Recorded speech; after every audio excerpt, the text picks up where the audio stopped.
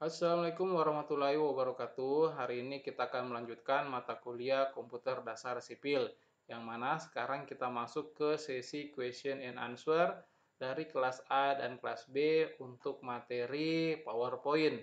Nah, dari kelas A ada beberapa pertanyaan dan juga dari kelas B ada beberapa pertanyaan. Dan mari kita lihat pertanyaan pertama dari kelas A, yaitu pertanyaan dari Pianto angkatan 2016. Pertanyaannya adalah, satu, cara buat slideshow. Nah, jawabannya ini, slideshow itu tidak dibuat, tetapi langsung diklik. Nah, ini slideshow gunanya untuk menampilkan slide secara keseluruhan seperti ini. Jadi tampilannya selayar komputer. Nah, coba saya keluar dari slideshow. Ini lagi menu slideshow. Ketika saya mau keluar dari menu slideshow, saya tinggal memencet Escape ESC di keyboard. Nah, ini dia. Jadi slideshow itu ini. Nah, ketika kita klik slideshow, maka modelnya akan seperti ini. Nah, jadi itu slideshow, kegunaan dari slideshow. Jadi bukan cara buat slideshow. Nah, itu dia. Oke, pertanyaan yang kedua dari Pianto, cara membuat penomoran halaman di slide. Nah, jawabannya seperti ini. Yang pertama, klik insert, lalu klik slide number. Nah, adapun caranya sebagai berikut. Nah, oke, saya masuk ke lembar lain di PowerPoint. Di sini saya akan mencontohkan bagaimana cara memberikan penomoran di slide kita. Nah, kalau saya sendiri jarang menggunakan slide penomoran di slide karena ya belum mau menggunakan hal itu. Nah, kita masuk di insert lalu ambil ini slide number. Nah, lalu ambil ini slide number lagi. Nah, dia letaknya di sebelah kanan bawah. Nah, ketika kita mau memasukkan footer, nah footer ini adalah kata kaki di bagian bawah sini. Nah, di mata kuliah tentang Microsoft Word, saya sudah memperkenalkan tentang header dan footer. Footer itu catatan kaki di bagian bawah. Nah, untuk footer ini di bagian bawah tengah. Nah, oke. Sementara untuk sebelah kiri, dia untuk date and time. Ketika kita centang, maka dia akan menghitam di sini. Nah, saya contohkan saja yang ke semuanya. Untuk footer, kita bisa menuliskan sini. Anggaplah komputer dasar sipil. Oke, setelah itu ketika kita memiliki 10 slide dan kita ingin menerapkan semua ini, maka kita klik apply to all. Tetapi ketika hanya untuk satu slide saja, kita bisa mengklik apply saja, apply. Tetapi anggaplah kita mau memberikan penomoran, footer, dan juga penanggalan di semua lembar slide kita. Jadi kita klik apply to all. Nah, ini dia agak kecil penomorannya di sini, footernya ini, dan juga tanggalnya di bawah sebelah kiri. Nah, coba saya perbesar dulu dari slide-nya. Nah, ini dia halaman 1, komputer dasar sipil, footernya. Nah, ini date-nya. Kita bisa membesarkan atau merubah hurufnya. Nah, di sini mungkin kasih jadi 20.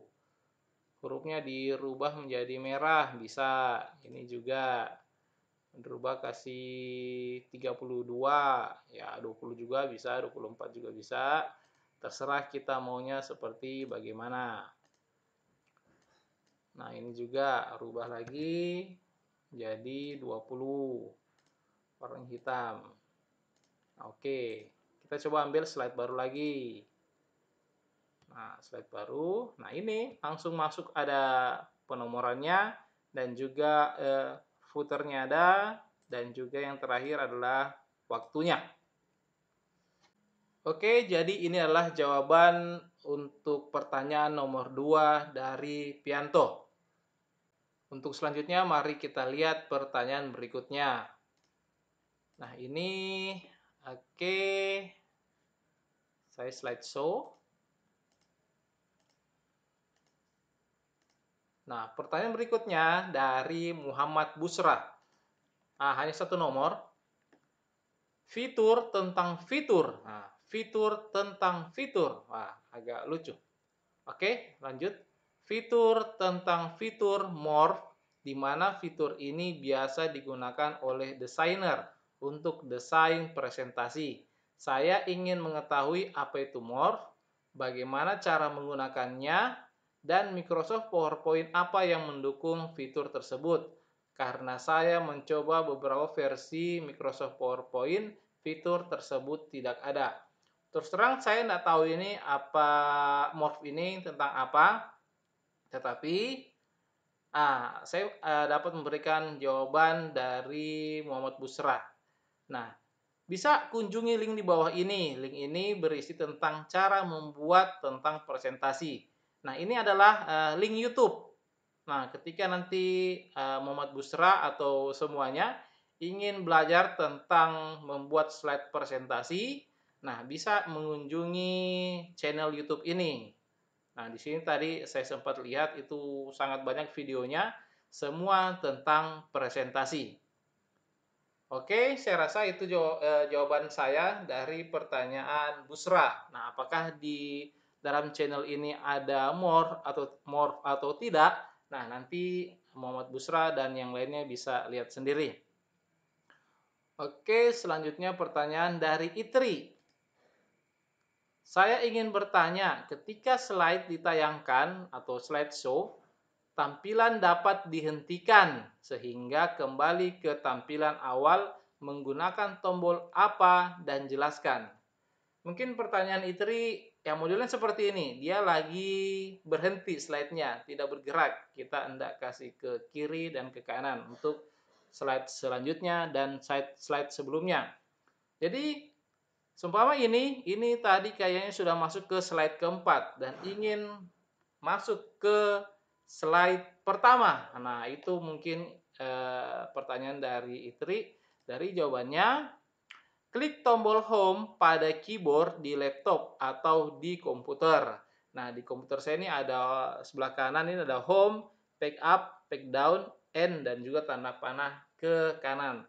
Nah, saya coba uh, tekan tombol home di laptop saya. Jadi ini akan masuk ke slide yang pertama. Nah, ini dia. Ketika saya masuk atau mengklik atau menekan tombol home di laptop saya, karena itu langsung masuk ke halaman depan atau halaman pertama di slide kita. Oke, itu jawaban saya untuk pertanyaan dari Itri. Maka lanjut ke pertanyaan. Nah, ini pertanyaan dari Reynaldi. Bagaimana cara untuk mengubah urutan pada slide? Misalkan slide urutan paling bawah menjadi slide pertama. Nah, ini ngapain? Slide mau dirubah urutannya. Nah, jadi jawaban dari saya inilah, ngapain mau rubah-rubah urutan slide? Ikuti saja sesuai urutan slide dan materi yang ingin disampaikan. Nah, kalau kita ada slide-nya 10, terus kita inginkan slide ketiga menjadi slide pertama, slide ketujuh menjadi slide yang kedua. Nah, itu kan nanti merepotkan kita sendiri dan juga merepotkan tentunya pembaca yang melihat daripada slide kita. Karena urutan filenya itu berbeda dengan yang ditayangkan. Jadi akan repot juga. Jadi ngapain nih? Misalnya slide urutan paling bawah menjadi slide yang pertama. Ngapain? Langsung saja kalau memang yang slide terakhir mau dijadikan yang pertama, ya sudah tinggal dirubah dari awal. Yang terakhir jadikan slide pertama. Nah, jadi kalau modelnya seperti ini ya membingungkan pembaca dan juga bisa jadi membingungkan kita juga dalam presentasi. Jadi itu saja jawaban saya dari pertanyaan Reynaldi. Oke, mari kita lanjutkan pertanyaan selanjutnya yang datang dari kelas B. Adapun pertanyaan pertama datang dari Trijaka Purnama. Ini angkatan 2016 sama dengan Pianto tadi. Nah, pertanyaannya, jelaskan apa kelebihan dan kekurangan Microsoft PowerPoint. Terima kasih. Nah, jawaban dari saya, kunjungi link di bawah ini. Link ini berisi penjelasan tentang kelebihan dan kekurangan Microsoft PowerPoint. Nah, silakan kunjungi link ini. Di sini ada banyak kelebihan dan juga kekurangan daripada Microsoft PowerPoint. Tetapi intinya Microsoft PowerPoint itu membantu kita untuk mempermudah dalam melaksanakan atau melakukan presentasi. Jadi kalau mau dilihat kelebihan dan kekurangan, ya saya tidak fokus ke situ.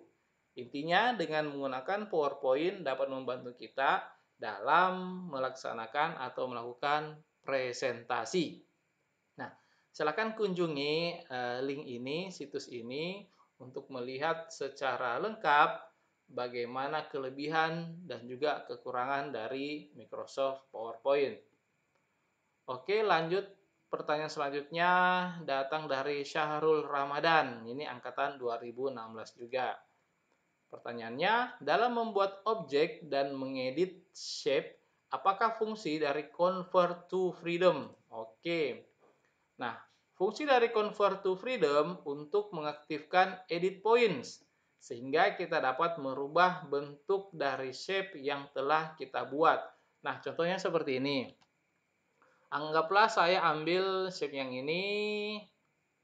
Nah, ini saya mau rubah bentuk tanda panahnya. Ini menjadi lebih runcing ke depan. Nah, kalau hanya begini, ya tidak akan berubah dari model kepalanya. Nah, makanya saya masuk untuk merubah kepalanya ini supaya lebih runcing. Masuk ke format, lalu ambil edit shape. Nah, ini kan edit pointnya belum aktif. Ketika ini belum aktif, kita belum bisa merubah dari bentuk shape-nya. Maka kita klik dulu convert to freedom, free form, bukan freedom ya, free form. Nah, kita klik, lalu kita lihat, nah edit points-nya sudah aktif. Kita klik lagi satu kali, nah modelnya seperti ini, dan kita tarik ujungnya. Nah, lalu akan berubah daripada kepala tanda panah ini. Jadi itu fungsi dari convert to free form. Ya, free form ya, bukan freedom. Oke. Selanjutnya, sudah habis pertanyaannya. Nah, terima kasih atas pertanyaan yang telah disampaikan. Mudah-mudahan penjelasan yang telah saya berikan bisa dimengerti dan juga bermanfaat buat kalian semua, terlebih lagi buat saya pribadi. Nah, pesan yang saya ingin berikan kepada kalian, jangan malas untuk membaca filenya, jangan malas untuk menonton video yang saya telah upload, karena untuk menyamakan dari isi filenya dan juga videonya itu sedikit berbeda, karena kalau di filenya hanya berupa kata-kata, tidak ada penjelasan terperinci lagi. Nah, jadi ini saran untuk mata kuliah komputer dasar sipil dan juga mata kuliah teknologi bahan konstruksi, yang mana itu saya yang menjadi dosennya. Oke, lebih dan kurangnya mohon dimaafkan. Wassalamualaikum warahmatullahi wabarakatuh.